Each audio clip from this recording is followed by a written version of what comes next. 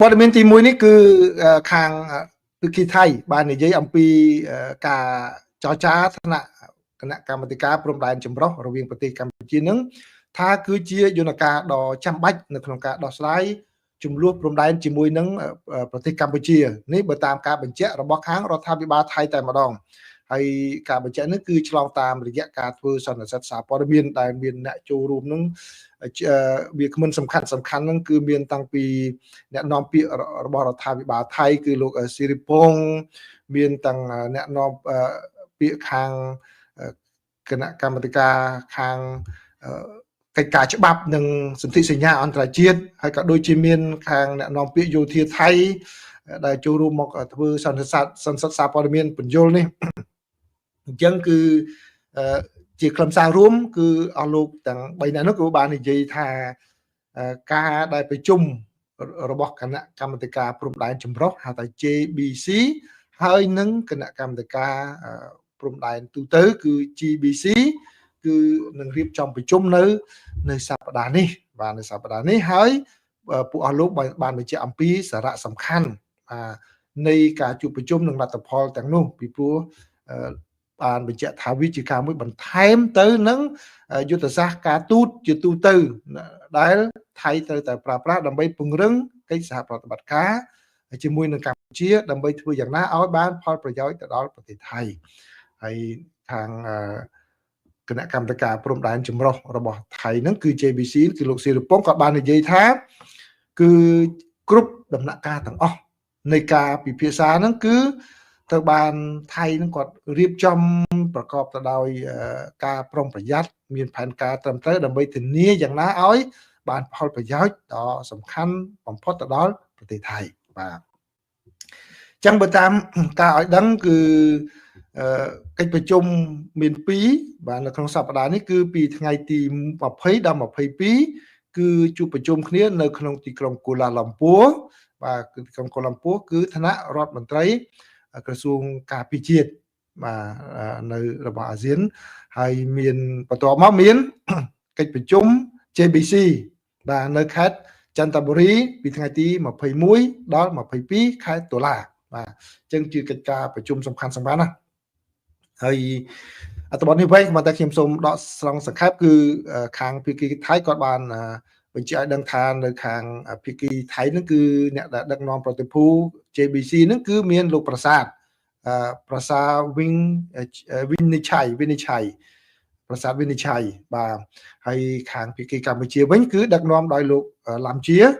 ដែលជារដ្ឋមន្ត្រីទទួលបន្ទុកខាងកិច្ចការព្រំដែនរបស់កម្ពុជានឹងហើយនឹងតំណាងនឹងជួបប្រជុំគ្នាហើយខាងភាគីថៃក៏បញ្យល់ថាកិច្ចប្រជុំនឹងផ្ដោតសំខាន់ទៅលើបញ្ហាដែលបន្តពីការប្រជុំលើកមុនដែលស្របជាមួយនឹងកិច្ចប្រជុំរបស់ខាង GBC ហើយនិង ABC គឺថ្នាក់តំបន់ហើយថ្នាក់នឹងទូទៅបាទគឺជាការមួយសម្របសម្រួលដែលធ្វើយ៉ាងណាឲ្យមានការឯកភាពគ្នានិងផលប្រយោជន៍ស៊ីសង្វាក់គ្នាផងដែរហើយគឺវិធានការនៃការចរចារបស់ JBC នេះគឺជារឿងមួយដែលសំខាន់ដែលពាក់ព័ន្ធជាមួយនឹងការកំណត់ដែនសីមារវាងប្រទេសទាំងពីរហើយខាងភាគីថៃក៏ថាគាត់ក៏នឹងនិយាយអំពីការសាងសង់របងព្រំដែនជាមួយនឹងកម្ពុជាផងដែរបាទហើយបានពន្យល់បន្ថែមទៀតអំពីរបៀបវារៈមួយចំនួនរួមនោះក្នុងពេលកន្លងមកគឺថៃក៏បានលើកឡើងអំពីការដកកងទ័ពដកអាវុធធុនធ្ងន់ហើយនឹងការដែលដោះស្រាយ scam online ហើយនឹងប៉ុន្តែកម្ពុជាបានដោះស្រាយមួយចំនួនហើយក៏ដូចជាបញ្ហានៅ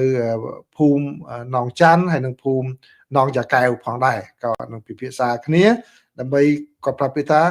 គឺស្ដារឡើងវិញនៅសន្តិភាពនៅតំបន់នោះបាទនឹងស្ដារសន្តិភាពគឺល្អហើយពីព្រោះខ្មែរមិនជាអ្នកបកសន្តិភាពទេអសន្តិសុខទេបាទអញ្ចឹងគឺបើតាមការបញ្ជាក់របស់កាសែត The Nation នេះបានដឹងថាគឺលោកស៊ីរភងនោះបានបញ្ចប់ដោយបញ្ជាក់យ៉ាងច្បាស់ថាគឺកិច្ចប្រជុំរបស់ JBC នឹង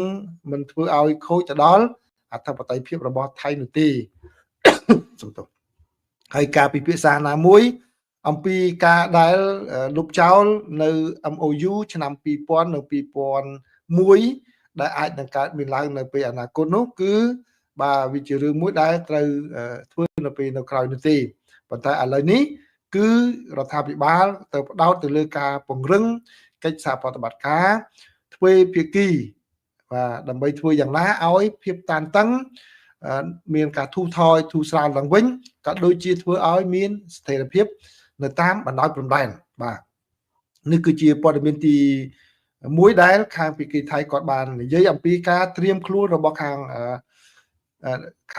ភាគីថៃនៅក្នុងការចូលរួមការចរចាពិភាក្សាគ្នានៅពេលខាងមុខទាំងថ្នាក់ GBC ហើយនិង JBC បាទគឺគណៈកម្មការព្រំដែនទូទៅនិងគណៈកម្មការចម្រុះដែលពាក់ព័ន្ធជាមួយនឹងការវាស់វែងខណ្ឌសីមារវាងប្រទេសទាំងពីរហើយគោលដៅសំខាន់គឺធ្វើឲ្យមានស្ថិរភាពណាឲ្យមានស្ថិរភាពនឹងទំនាក់ទំនងរវាងប្រទេសទាំងពីរឡើងវិញហើយទន្ទឹមនឹងនោះដែរគឺសារព័ត៌មាននេះគឺជាអត្ថបទមួយ exclusive របស់ Bloomberg បាទ Bloomberg ហ្នឹងអ្នកនៅអាមេរិកនេះតើតែ subscribe បានអាចមើលបានណាអត្ថបទរបស់គាត់ហ្នឹងគឺ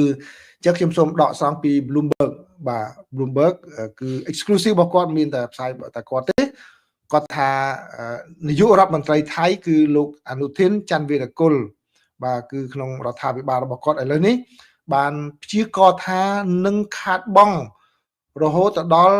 សរុបចំនួន100លានបាតបាទ100លានបាតគឺប្រមាណជា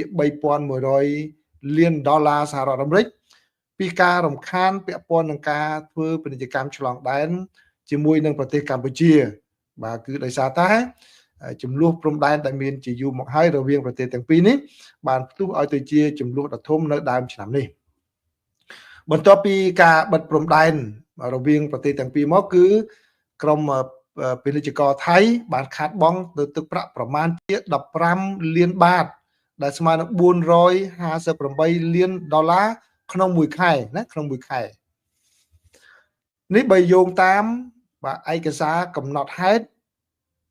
របស់គណៈកម្មាធិការសេដ្ឋកិច្ចដែលបានចេញផ្សាយកាលពីសប្តាហ៍មុនបាទហើយគឺសារព័ត៌មាន Bloomberg បានទទួលយកបានឯកសារហ្នឹងយកមកផ្សាយជូនប្រិយមិត្តទាំងអស់គ្នាអញ្ចឹងបើសរុបទៅការខាតបង់ទូទៅរបស់ប្រទេសថៃគឺអាចនឹងទៅដល់100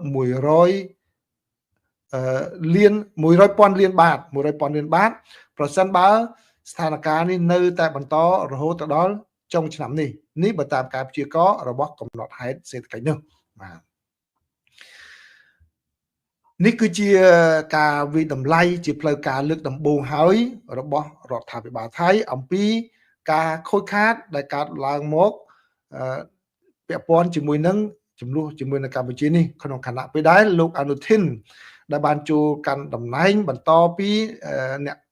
មេដឹកនាំមុនបាទដែលត្រូវបានបណ្ដេញចេញពីអំណាចដោយសារតែការដោះស្រាយបញ្ហាចំនួនព្រំដែនជាមួយនឹងកម្ពុជានឹងដែរហើយលោកអនុทินឥឡូវនេះកំពុងតែសម្លឹងរកមើលវិធីដើម្បី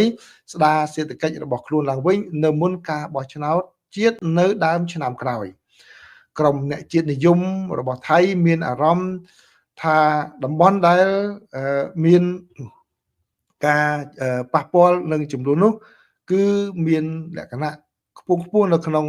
អារម្មណ៍របស់ពួកគេដែលជាអ្នកជាតិនិយមហើយលោកប្រធានាធិបតី Donald Trump ក៏បានប្រមានប្រធានាធិបតី Donald Trump របស់សហរដ្ឋអាមេរិកក៏បានប្រមានថានឹងមិនចុះហត្ថលេខាលើកិច្ចព្រមព្រៀងសេដ្ឋកិច្ចទេប្រសិនបើមិនមានការចរចាគ្នាបញ្ចប់ចំនួននេះក្នុងអំឡុងពេលនៃកិច្ចប្រជុំកាលពីថ្ងៃទី15ខែតុលារបស់ក្រុមរដ្ឋមន្ត្រីសេដ្ឋកិច្ចនោះគឺលោកអនុทิនបានអំពាវនាវឲ្យមានការចរចាជាមួយនឹងសហរដ្ឋអាមេរិកឲ្យបាទធ្វើឡើងដោយយកចិត្តទុកដាក់បន្ថែមនិងប្រុងប្រយ័ត្នផងដែរដោយលោកបានសង្កត់ធ្ងន់ថាបញ្ហាចំនួនជាមួយនឹងកម្ពុជាទៅលើបញ្ហាព្រំដែននេះអាចនឹងប៉ះពាល់ទៅដល់ការចរចាលើពន្ធគយនានារបស់ថៃជាមួយនឹងសហរដ្ឋអាមេរិករដ្ឋបាលលោកត្រាំបានដាក់ពន្ធគយចំនួន 19% ទៅលើការនាំចេញរបស់ផលិតផលថៃបើទោះបីជារដ្ឋាភិបាលថៃចង់ឲ្យការចរចានេះទទួលបានពន្ធទាបជាងនោះក៏ដោយ ក្រុមអ្នកសេដ្ឋកិច្ចបានប្រមានថាការនាំចេញយឺតយ៉ាវរបស់ប្រទេសថៃក៏ដូចជាការធ្លាក់ចុះនៃចំនួនទេសចរមកលេងប្រទេសថៃនោះអាចរាំងស្ទះដល់កំណើនសេដ្ឋកិច្ចរបស់ថៃនៅក្នុងឆមាសទី2នៃឆ្នាំនេះក្នុងខណៈពេលដែលទេសចររបស់ថៃនាពេលបច្ចុប្បន្ននោះមានលក្ខណៈធ្លាក់ចុះក៏ប៉ុន្តែក៏វាមិនមែនជាលទ្ធផលនៃការចំនួនរវាងប្រទេសទាំងពីរនោះដែរគឺបើតាមអ្នកនាំពាក្យក្រសួងទេសចររបស់ថៃបានឲ្យដឹងថាការធ្លាក់ចុះនេះគឺដោយសារតែលទ្ធផលផ្សេងនោះទេលោកបានទទូចថារដ្ឋាភិបាលថៃគួរតែបើកយុទ្ធនាការធ្វើយ៉ាងណាផ្សព្វផ្សាយឲ្យបានខ្លាំងដើម្បីបង្ហាញប្រទេសថៃថាជាទីដៅទេសចរដែលមានសុវត្ថិភាពសម្រាប់ទេសចរភាពតានតឹងជាមួយនឹងប្រទេសកម្ពុជាក៏បានធ្វើឲ្យពលកររបស់កម្ពុជាជាច្រើនវិលត្រឡប់ទៅប្រទេសរបស់ពួកគេវិញដែលធ្វើឲ្យប៉ះពាល់បាទទៅដល់ប្រភពធនធាននៃកម្លាំងពលកម្មនៅក្នុងប្រទេសថៃដែលជួយជំរុញសេដ្ឋកិច្ចរបស់ប្រទេសថៃហើយដើម្បីដោះស្រាយបញ្ហានេះគឺក្រសួងការងារបានប្រាប់មន្ត្រីរបស់ខ្លួនថាពួកគេអាចចាប់ផ្ដើមចុះឈ្មោះទទួលយកពលករដែលមិនមានឯកសារឲ្យមកធ្វើការដើម្បីជាវិធានការជំនួសជាបណ្ដោះអាសន្នសិនបាទនេះគឺជាព័ត៌មានទី2ណាតកតងជាមួយនឹងសេដ្ឋកិច្ចរបស់ប្រទេសថៃដែលអាចនឹងខាតរហូតដល់$3,100 លាននៅដំណាច់ឆ្នាំនេះប្រសិនបើមិនមានដំណោះស្រាយជាមួយនឹងកម្ពុជានោះទេហើយនៅក្នុងរឿងថៃនឹងដែរសូមបញ្ចូលបន្តិចផងដែរគឺខ្ញុំមិនវែងទេគឺនេះគឺជាលោកអភិសិទ្ធវិជ្ជាជីវ៉ាដែលឥឡូវនេះមកដឹកនាំគណៈបកប្រជាធិបតេយ្យឡើងវិញមកទទួលឡើងវិញហើយលោកបានបញ្ចេញទស្សនៈមួយចំនួនដែរពាក់ព័ន្ធជាមួយនឹងទំនាក់ទំនងហើយនឹងទំនាស់ជាមួយនឹងប្រទេសកម្ពុជាបាទគាត់បានទទូចរដ្ឋាភិបាលថៃនឹងឲ្យចាត់សកម្មភាពបន្ថែមទៀតគាត់ថាធ្វើអ្វីដែលថៃធ្វើរាល់ថ្ងៃនេះគឺមិនទាន់គ្រប់គ្រាន់ទេនៅក្នុងការដែលទៅដោះស្រាយបញ្ហាចំនួនជាមួយនឹងប្រទេសកម្ពុជានេះខ្ញុំសូមដកសងសម្ដីរបស់គាត់មួយដោយផ្ទាល់សូមបកប្រែគាត់និយាយថាអ្នកទាំងអស់គ្នាប្រហែលជាចង់ចាំបាននៅរូបថតដែលខ្ញុំទទួលទានអាហារល្ងាចជាមួយនឹងលោកនាយករដ្ឋមន្ត្រីអនុทิនច័ន្ទវីរកុលបាទគឺនៅថ្ងៃនោះខ្ញុំបានព្រមានលោកថាត្រូវតែប្រយ័ត្នប្រយែងថែមទៀតណាដោយសារតែប្រទេសកម្ពុជាបានប្រើប្រាស់វេទិកាអន្តរជាតិគ្រប់ទាំងអស់ដើម្បីផ្សព្វផ្សាយអំពីប្រទេសកម្ពុជាហើយគឺប្រទេសថៃមិនគួរណាប្រកាន់វិធានការការពារនោះទេគឺត្រូវប្រកាន់វិធានការមានលក្ខណៈសកម្មជាងមុនបាទដោយលោកបានបន្ថែមថាគឺរដ្ឋមន្ត្រីក្រសួងការបរទេសថៃបានធ្វើការងារបានល្អហើយនៅក្នុងការលើកឡើងអំពីបញ្ហានេះនៅឯសម័យប្រជុំមហាសន្និបាតរបស់អង្គការសហប្រជាជាតិក៏ប៉ុន្តែប្រទេសថៃត្រូវតែធ្វើការបន្ថែមទៀតដើម្បីពង្រឹងកិច្ចខិតខំប្រឹងប្រែងការទូតរបស់ខ្លួនជំហរដែលសកម្មជាងមុនគឺបានន័យថាអាចនឹងធ្វើឲ្យការងាររបស់ខាងយោធាមានភាពងាយស្រួលជាងមុនប្រសិនបើយើងនៅតែប្រកាន់តាក់ទិកនៅតែការពារខ្លួនគឺទាហានអាចនឹងទទួលរងសម្ពាធបន្ថែមទៀតទៅលើយុទ្ធសាស្ត្រការទូតរបស់ក្រសួងការបរទេសដោយលោកបានបន្ថែមថាគឺនេះគឺជាអ្វីដែលជាការព្រួយបារម្ភដែលលោកបានបង្ហាញទៅនាយករដ្ឋមន្ត្រីនៅពេលនោះហើយលោកអនុทิនក៏បានសំទោសឲ្យលោកអភិសិទ្ធក៏បាននិយាយផងដែរពីរឿងតាក់ទងជាមួយនឹងការលុបចោល MOU ទាំងពីរជាមួយនឹងកម្ពុជាគាត់ថាមុននឹងលុបចោលត្រូវពិចារណាថាតើមានយន្តការអ្វីផ្សេងដែលអាចនឹងយកមកជំនួសMOU ទាំងពីរនេះបានបាទពីព្រោះបើតាមប្រសាសន៍ផ្ទាល់របស់គាត់និយាយថាកិច្ចព្រមព្រៀងប្រភេទនេះបាទគឺពលរដ្ឋគាត់ពិបាកយល់ណាស់មិនងាយយល់បានទេហើយយើងចង់ឲ្យប្រជាពលរដ្ឋហ្នឹងគឺទទួលបានព័ត៌មានគ្រប់គ្រាន់មុននឹងការសម្រេចចិត្តរបស់គាត់បាទកម្ពុជាក៏មានព័ត៌មានដូចគ្នានោះដែរបាទដែល ជាការមួយដែលអាចប្រឈមជាបញ្ហាប្រឈមសម្រាប់រដ្ឋាភិបាលថៃអញ្ចឹងគាត់បាននិយាយថាដើម្បីជាការមួយយុត្តិធម៌ចំពោះសាធារណជនគឺបាទមិនមែនគ្រាន់តែលុបចោល MOU ហ្នឹងថាគ្រប់គ្រាន់នោះទេគឺពួកគេទៅដឹងឲ្យច្បាស់ថាតើអ្វីទៅដែលត្រូវមានសម្រាប់ការដោះស្រាយដើម្បីជាជំហានបន្ទាប់ផងដែរបាទអញ្ចឹងនេះលោកអភិសិទ្ធគាត់បានចេញមកប្រាប់ទៅដល់នាយករដ្ឋមន្ត្រីរបស់ថៃតាក់ទងជាមួយនឹងបញ្ហាជាមួយកម្ពុជាអញ្ចឹងខ្ញុំសង្ខេបមកវិញគឺលោកអភិសិទ្ធគាត់និយាយថាថៃត្រូវតែបង្កើនសកម្មភាពការទូតបន្ថែមទៀតណាបាទហ្នឹងទី1ហើយទី2គាត់ឲ្យប្រយ័ត្នប្រយែងពីរឿងធ្វើយ៉ាងណាលុបចោល MOU ទាំងពីរតាមលោកអនុធានបាននិយាយហ្នឹងបាទនេះឆ្លងតាមអ្វីដែលគាត់ពិភាក្សាជាមួយនឹងលោកអនុធានបាទហើយគាត់បានផ្ដល់តម្លៃទៅលើរដ្ឋមន្ត្រីក្រសួងការបរទេសរបស់ថៃបាទក្រសួងការបរទេសរបស់ថៃដែលធ្វើការងារការទូតបានល្អប៉ុន្តែខ្ញុំសូមដកស្រង់អ្វីដែលជាជំហររបស់រដ្ឋមន្ត្រីបាទថ្ងៃនេះយ៉ាងម៉េចទេរដ្ឋមន្ត្រីក្រសួងការបរទេសរបស់ថៃគឺលោកសៀសភុងកិតកែវបាទគាត់នៅក្នុងអត្ថបទរបស់ខាង PBS បាទគឺគាត់និយាយដូចជាអស់ខាងអត្ថមុតមិនហ្នឹងគាត់និយាយគាត់ថា